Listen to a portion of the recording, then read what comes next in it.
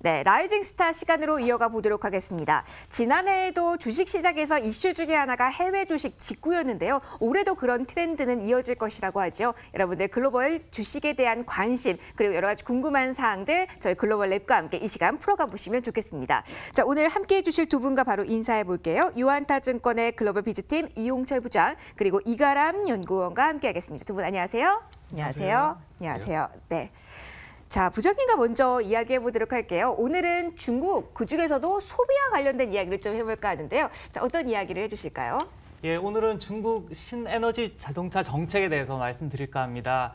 지금 최근에 글로벌 전체적으로 전기차 시장에 대한 관심이 뜨거운 가운데 기업들의 실적이 과연 어떻게 전망이 될 것이냐에 대한 관심이 높아지고 있습니다. 우리나라에서도 2차 전지에 대한 관련주에 관심이 많죠. 그리고 최근에 수소차 얘기도 나오고 있는데요. 중국에는 지금 현재 자동차 산업 자체는 그렇게 좋은 상황은 아닙니다. 네. 최근에 구매세 인하 혜택이 종료가 되면서 증가율이 제한적인 상황이 되고 있습니다.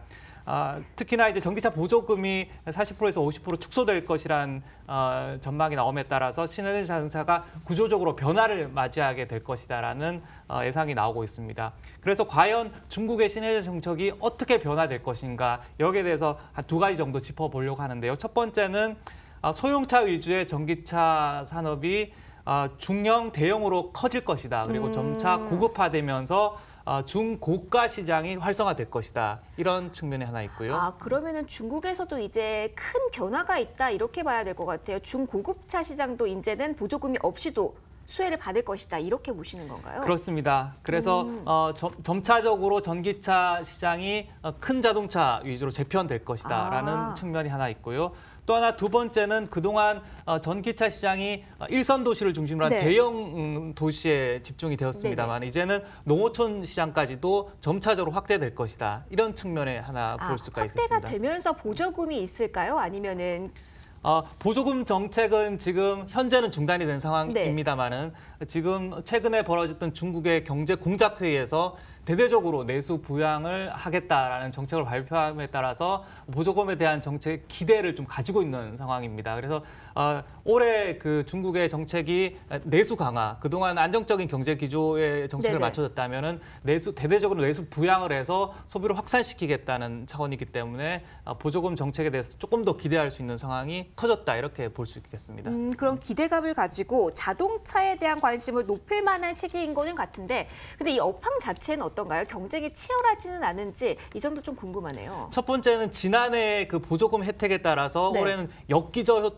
효과가 나타날 수 있습니다. 그래서 산업 자체 성장률은 좀 제한적일 것이다 이렇게 보고요. 특히나 이제 2018년 4Q부터 올 1Q까지 그런 판매 압박이 이어질 것이다 이렇게 보고 있지만 역시 이제 기존의 그 휘발유 자동차에서 신에너지 자동차, 그러니까 전기차나 하이브리드 넘어가는 과정에서의 수혜가 될 수 있는 종목들을 제한적으로 찾아볼 수 있다. 이런 측면에서 바라봐야 한다는 점입니다. 그러면 오히려 선별적으로 접근했을 경우에는 상당한 수혜가 예상되기 때문에 수익도 기대해 볼 수 있다 이런 말씀이실 텐데요. 그럼 어떠한 종목들을 좀 우리가 눈여겨보면 좋을까요? 첫 번째, 새로운 그 기업을 찾을 때에는 주의할 점이 신규 업체에 대한 투자는 좀 자제를 해야 됩니다. 좀 전에도 테슬라 얘기가 나왔지만 기존의 자동차 시장이 고급화되고 대형화되고 그럼에 따라서 신규 업체에 대한 자금 압박은 이어질 수 있을 것으로 봅니다.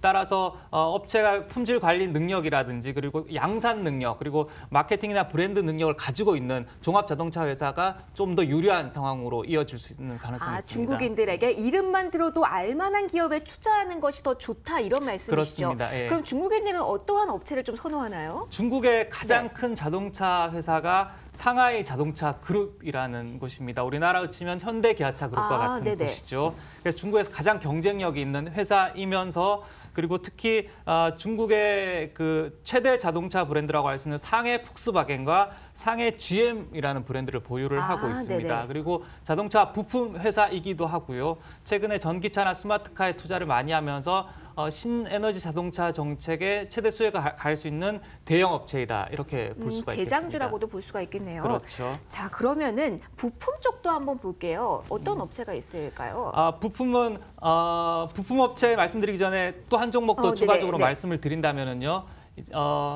비아디라는 종목이 있습니다. 이 종목이 부장님 그 워런 버핏이 옛날에 투자를 해서 맞습니다. 반짝 뛰어서 시황에서도 며칠 동안 제가 언급을 했던 기억이 있거든요. 그 종목 맞죠? 예. 이제 BYD라고 쓰고요. 네.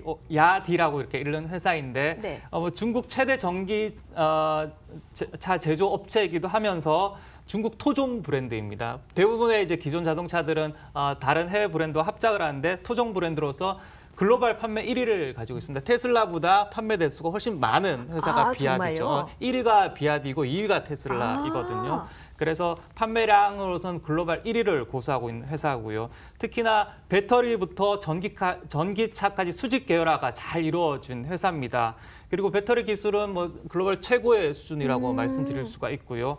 그래서 신에너지 자동차 분야에서 가장 안정적인 성과를 실제로 보여주고 있는 회사이기 때문에 비아디에 관심을 가질 필요가 있습니다. 대장주격이고 안정적인 성장세가 예고된 두 종목, 그리고 시장 변화에 맞춰서 어떠한 종목들 주의 깊게 보셔야 되는지 오늘 시청자분들께 좋은 정보 주셨습니다. 네, 일단 말씀 감사드리고요. 자, 이어서 라이징 스타에서도 어떠한 종목을 오늘 주목하고 있는지 이어서 좀 살펴보도록 하겠습니다. 그 전에 화면으로 수익률 정리하고 넘어갈까요? 네, 글로벌의 라이스타 종목들 보도록 하겠습니다. 크로마덱스가 3.43달러 부근에서 움직임 나왔습니다. 0.88% 플러스였고요. 에터나 젠터리스가 2.94달러, 글로벌 스페이프가 4.48달러, 그리고 디지털 터빈 역시 좀 조용하게 움직임 나왔네요. 이전에 하락하면서 1.83달러에 거래 마감이 됐습니다.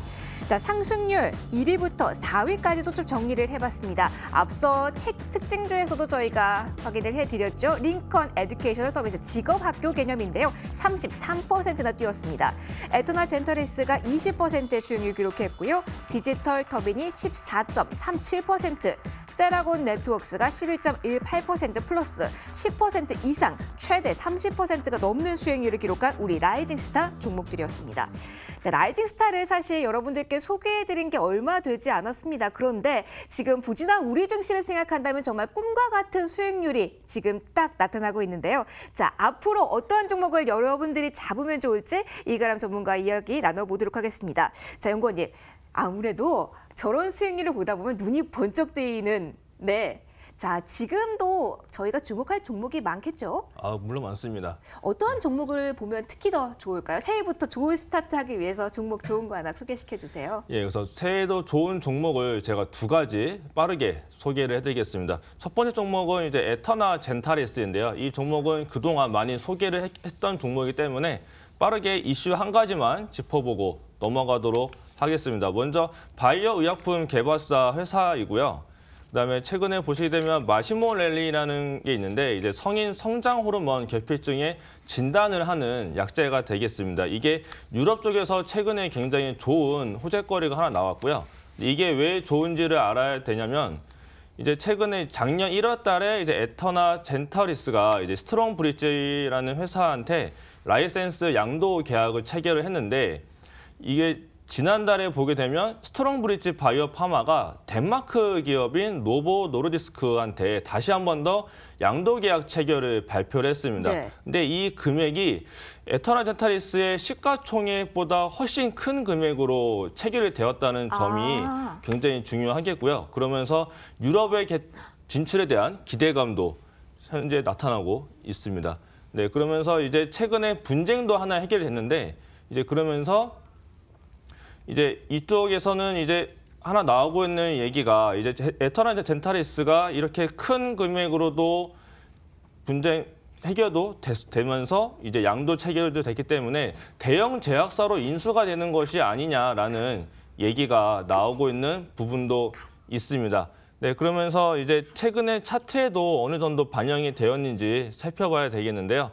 일단 차트를 한 가지만 보도록 하겠습니다. 네, 빠르게 오늘 언제 매수하면 좋을지, 그리고 목표가 어떻게 잡으면 좋을지 오늘 시간이 너무 없어서 죄송하지만 짧게 정리해 주시면 좋을 것 같아요. 예, 그 최근에 보게 되면 변동성이 큰 장세였는데 이제 호재만 나오기 때문에 최근에 거래량이 대량으로 발생됐었고요. 이제 그 이후로 이탈된 거래량이 나오지 않았었고 최근에 가장 우리나라 사람들이 좋아하는 눌림목이 발생된 이후로 상승이 나왔다는 점에서 매수가는 현재가 9달러 정도를 드리겠고요. 네, 손절가는 2.3달러와 목표가는 1차로 20% 상승한 3.5달러와 2차는 44% 상승한 4.2달러를 제시해드리겠습니다. 네, 이가람 전문가와는 조금 더 다음에 더 이야기 나눠보도록 하겠습니다.